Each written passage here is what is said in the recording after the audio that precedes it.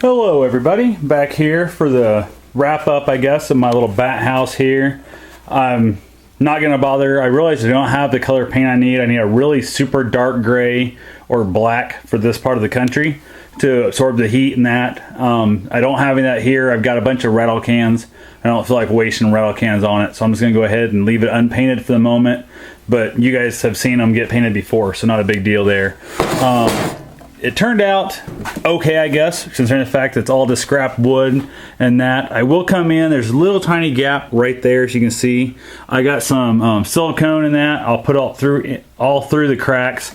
I'll come around front and back. There's like a little gap there. It's not actually through, but the board's given way. Same as right down here, the board wasn't smooth on the inside.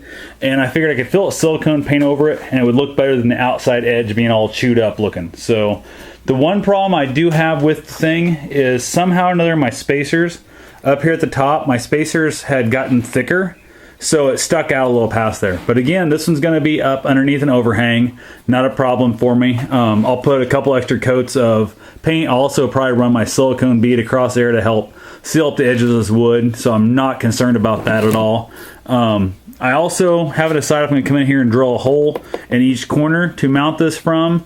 Most likely what I plan on doing is I'll either screw into the bottom here or maybe screw into the side, doesn't matter which one. A couple eye bolts or eye hooks on each side, one on each side, and then I can just kind of stick some nails in the wall where it's going to go up on the building and just set them over top of the nails. That would be easy to get down, inspect it, put an extra coat of paint on it if it needs be, and that kind of stuff. So pretty much I did a little overhang on top. Again, like I said, won't be exposed to the weather on this box per se where it's going, but I figured it'd kind of add a little nicer look.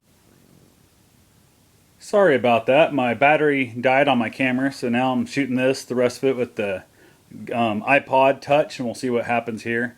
What I was saying was the fact that I got to figure out, I'm not sure where it dropped off. I've got to figure out a hanger for this. I'll probably put like an eye bolt on either side and then just kind of have some nails sticking out to put it up on there. I might even go ahead and actually mount one down here to screw to, or I'm thinking about going ahead and actually screwing a hole right through here to screw it to it. That way I don't have to worry about the thing actually moving at all. But once I get a full coat of silicone on it, I'll be perfectly fine. Also, I did not feel like cutting down and wasting a good longboard for these sides, so I did end up splicing in. As you can see, I'm not sure what's going to show up. There's actually two different boards here, just butted together.